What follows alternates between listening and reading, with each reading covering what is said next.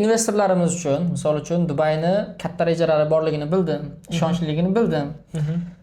Bozorga kirishga kech emasligini bildim. Endi uy sotib olishim uchun qanday qadamlar ketma-ketligi bor? Shu haqida bilishim kerak degan insonlar uchun bitta yana bir tushuntirib bersangiz, ya'ni ketma-ketlik qanday bo'ladi? Zo'r. Avvalambor Dubaydan ko'chmas mulk sotib olsam bo'ladimi degan savolga javob berib ketaylik. Chunki ba'zi paytda investorlar Dubaydan o'zimni nomimga uy olsam bo'ladimi deb so'rab qolishadi-da.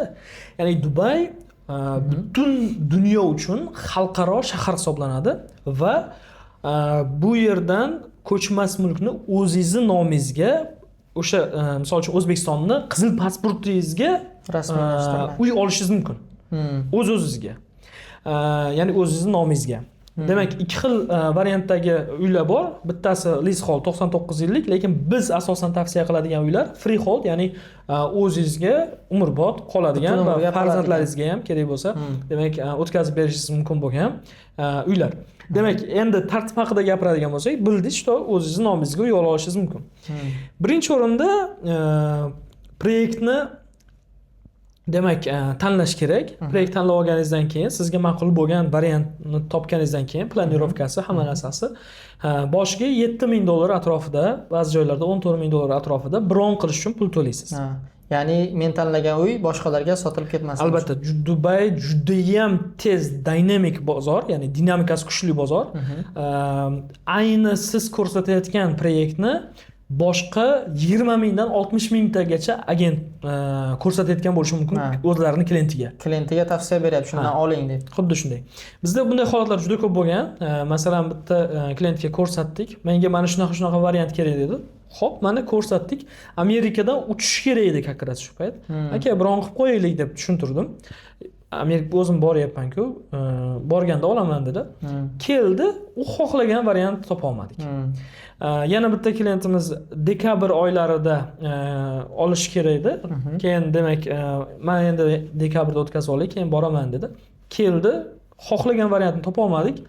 Adashmasam bir haftalar davomida kutib yurdik. Keyin yaxshiroq variant chiqib qolarmikan deb turib izladik, boshqa qildik. Keyin oxiri topdik. Ya'ni xohlagan variantingiz chiqqanda birinchisi bron qilib qo'yish, xullas.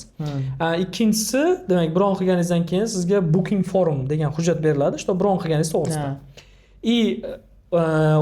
14 kungacha bo'lgan vaqt ichida boshlang'ich to'lovni qilishingiz kerak bo'ladi. 10% dan 20% gacha atrofda. Demak, DLD to'lovi bilan birgalikda. DLD to'lovini to'ladingizmi, siz ishonchingiz hosil bo'lsa bo'ladi, ishonchingiz komil bo'lsa bo'ladi. Demak, bu uy sizning nomingizda. Kadastr shunda qancha vaqtda chiqadi? Ana shu 4% DLD bilan, ya'ni $288lik shu atrofda to'lovi bor. Shuni to'ladingiz, admin fee deydi. Shuni to'lashingiz bilan kadastringiz chiqadi o'sha. Shunda jami hisobda agar boshlang'ich to'lovim 10% bo'lsa, plus 4% DLD to'layman. Qisqa qilib aytganda 14% pulni to'lasam, meni qo'limda kadastr bo'ladi. Ha.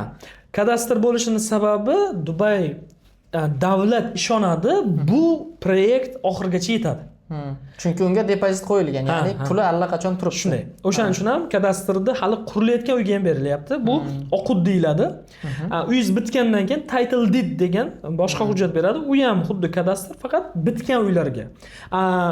Oqud esa qurilayotgan uylarga kadastr, u bilan bemalol qaytarib sotish huquqiga ega bo'lasiz. Har bir qurilish kompaniya masalan menga 30% to'lagandan keyin NOC beraman deydi. Shu demak, NOC olishingiz bilan oqud sizda mol-mulkingiz bor ekanligini tasdiqlaydigan kadastr, uni bemalol qaytarib sotishingizga ishlatishingiz mumkin. Bitta narsa aytsak bo'ladimi? Misol uchun Toshkent bilan farqli o'laroq 30% to'lov qilganimizda qayta sotish ruxsati borligi haqida. Ya'ni shu haqida gapirdingiz.